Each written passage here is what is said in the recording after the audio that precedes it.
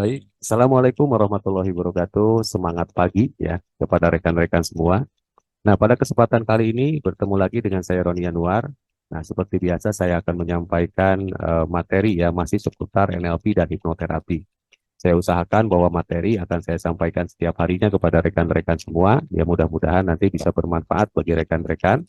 Tapi pada dasarnya rekan-rekan ya, ini juga merupakan cara saya sebetulnya ya untuk mengingat kembali materi-materi yang mungkin pernah saya sampaikan terdahulu ya, atau ada beberapa materi yang mungkin terlewat dan perlu saya sampaikan sehingga saya pribadi bisa mengingatnya kembali rekan-rekan. Nah, materi pada kesempatan kali ini ya, ini judulnya ya Accessing Cues ya, ini dalam kaitannya atau dalam ruang lingkup NLP. Nah, bagi rekan-rekan mungkin ada yang sudah pernah mendengar materi ini, ada juga yang memang baru pertama kali mendengar. Oke, supaya lebih jelas saya akan coba share screen ya terlebih dahulu. Nah, rekan-rekan bisa lihat di layar ya, judul pada kesempatan kali ini yaitu Accessing Cues ya. Nah, saya langsung pada pemahaman saja.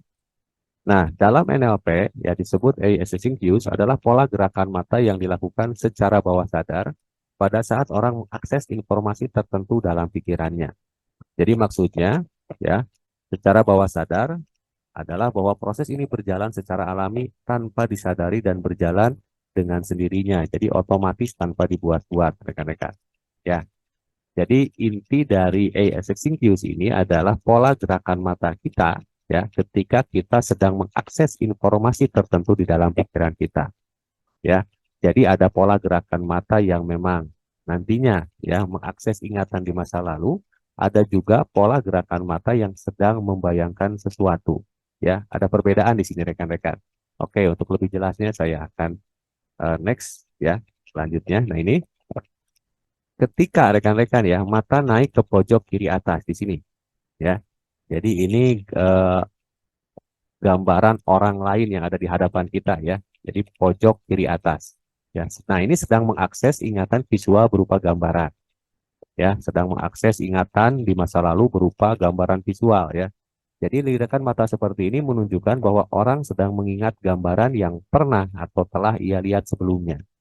Misalkan ketika dia mengingat tempat yang pernah ia kunjungi, wajah seseorang teman yang sangat berarti dan lain sebagainya. Jadi dia sedang mengingat sesuatu yang pernah terjadi di masa lalu, tempat, misalkan, kemudian orang lain atau apapun dalam bentuk gambaran visual. Ya, jadi sekali lagi ini ke kiri atas ya, ke kiri atas seperti ini.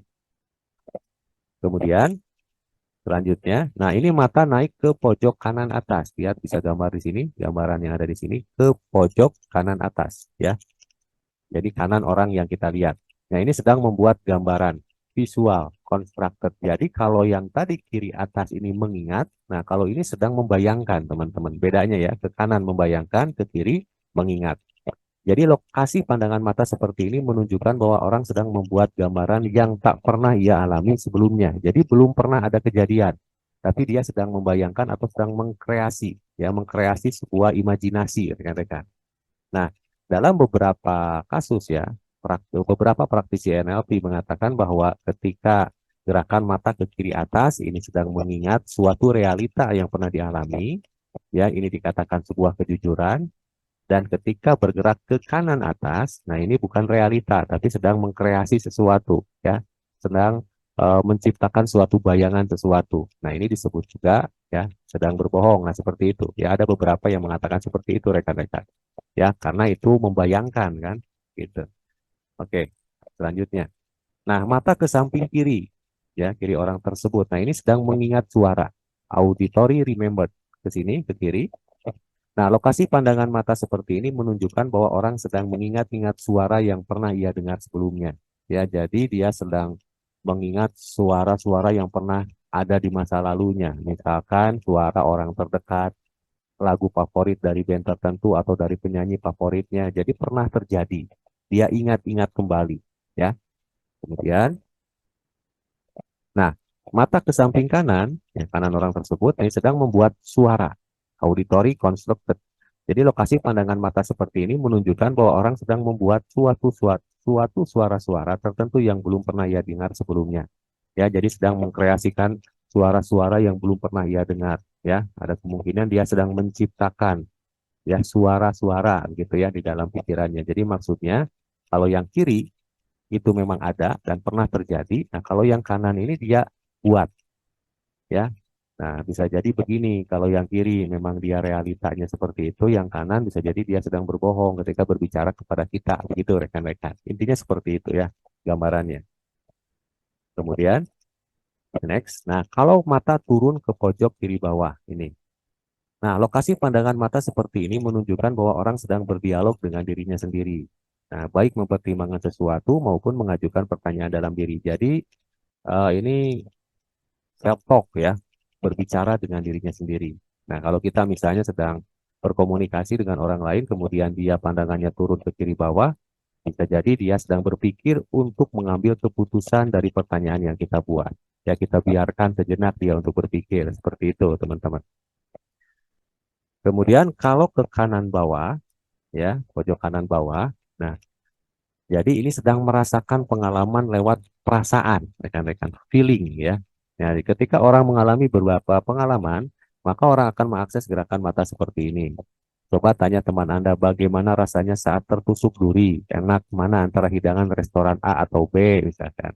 Nah, biasanya dia akan menggunakan ingatan masa lalunya, tapi yang dia rasakan. Ya, kalau tadi kalau mata itu dalam bentuk visual ya ke atas ya, kanan atas, kiri atas itu dalam bentuk visual, kemudian ke samping itu dalam bentuk apa yang dia dengar. Nah, kalau ke bawah seperti ini, bawah kanan bawah, nah ini menggunakan ingatan masa lalunya dalam bentuk rasa, perasaan, feeling, begitu rekan-rekan. Oke.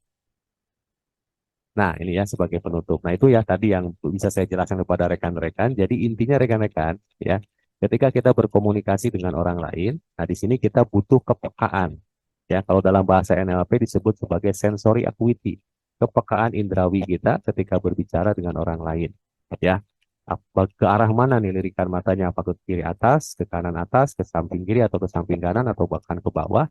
Nah, ini bisa menggambarkan bahwa apakah dia sedang mengakses ingatan di masa lalu, ya dalam bentuk visual atau pendengaran, ataukah dia sedang membuat ingatan baru, ya atau dia sedang mengkreasi sesuatu, menciptakan sesuatu. Nah, kita harus lebih responsif. Jadi kita harus lebih peka dalam melihat itu. Sehingga kita sebagai praktisi NLP jadi nanti lebih peka apakah orang tersebut memang sedang berbicara sesuai dengan realita ataukah sedang berbicara atas landasan imajinasi dia, atas landasan imajinasi yang dia buat begitu rekan-rekan. Sederhananya apakah dia sedang jujur ataukah sedang berbohong. Seperti itu ya. Nah, ini sebagai penutup rekan-rekan bisa lihat di layar. Dan Allah mengeluarkan kamu dari perut ibumu dalam keadaan tidak mengetahui sesuatu pun, dan dia memberi kamu pendengaran, penglihatan, dan hati agar kamu bersyukur. Nah, ini Quran Surat An-Nahl ayat 78. Nah, ini menjelaskan kepada kita semua rekan-rekan, ya, bahwa ketika manusia dilahirkan ke muka bumi ini tanpa netra, ya, artinya tidak memiliki, tidak mengetahui apapun. Nah, di sini Allah membekali kita dalam bentuk pendengaran, penglihatan, dan hati kita, ya, untuk mengakses informasi dalam bentuk pendengaran, dalam bentuk penglihatan, dan dalam bentuk perasaan. Sehingga kita ya seperti ini.